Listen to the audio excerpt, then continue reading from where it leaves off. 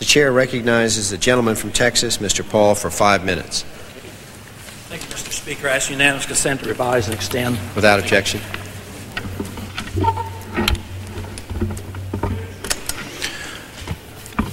Mr. Speaker, it is currently an accepted cliche to say foreign policy is a presidential matter and Congress should not meddle.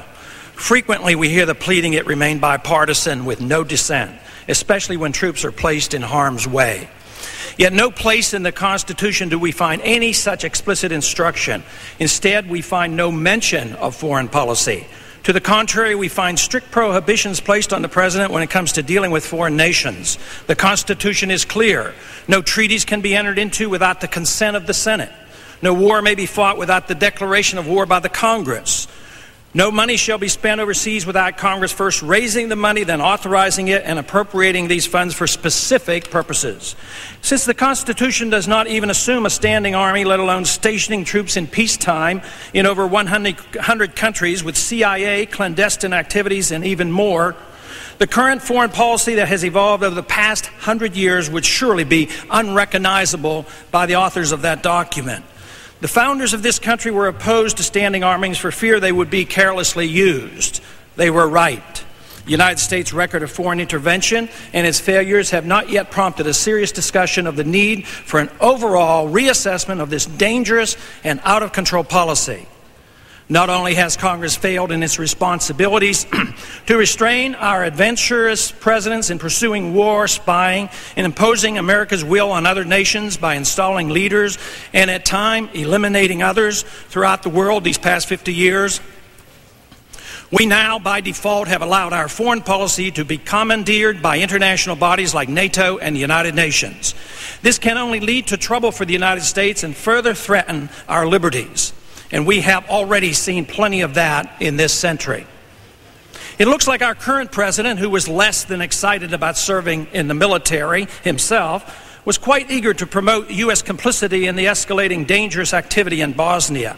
What has been done so frequently in the name of peace, more often than not, has led to war and suffering, considering Korea, Vietnam, Somalia, and even the Persian Gulf War.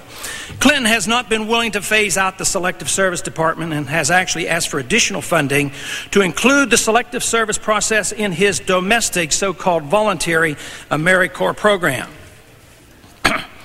But this failed policy of foreign intervention is being pursued once again in Bosnia with the full acknowledgement and funding by the Congress.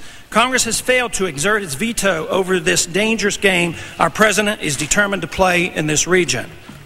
Sensing that maybe soon the Congress will finally cut the purse strings on this ill-advised military operation, pushed hard by the Secretary of State Albright, policymakers are quietly and aggressively escalating the tension, placing our nearly, say, 8,000 troops in even greater danger while further destabilizing a region never prone to be stable over the century, with the certain outcome that Congress will further capitulate and provide funding for extension and escalation of the military operation.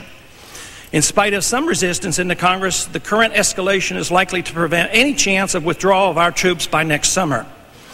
The recent $2 billion additional funds in the supplemental appropriation bill was the cue to the President that the Congress will not act to stop the operation when under pressure to support the troops. Of course, common sense will tell us that the best way to support our troops is to bring them home as quickly as possible. This idea that support for the troops, once they are engaged, means we must continue the operation no matter how ill-advised and perpetuate a conflict that makes no sense. But that's what President Clinton is depending on. Last week, the whole operation in Bosnia changed. The arrest and killing of war criminals by occupation forces coming from thousands of miles away is a most serious escalation of the Bosnia conflict. For outside forces to pronounce judgment on the guilt or innocence of warring factions in a small region of the world is a guarantee that the conflict will escalate. And I think those pursuing this policy know this. Prosecuting war criminals is so fraught with danger, it seems the need to escalate surpassed all reason.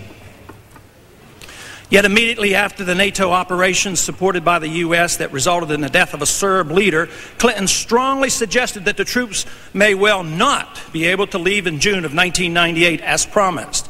They were first supposed to leave in December of '96, and now 18 months after their arrival, the departure date is indefinite, and we in the Congress, tragically, continue to fund the operation. This illegal and dangerous military operation will not go unnoticed and will embolden the Serbs and further stir the hatred of the region. Is this policy based on stupidity, or is there a sinister motive behind what our world leaders do? Must we have perpetual war to keep the military appropriations flowing? Does our military work hand in glove in securing new markets? It's not a hidden fact that our own CIA follows our international corporate interests around the globe. The gentleman's time has expired.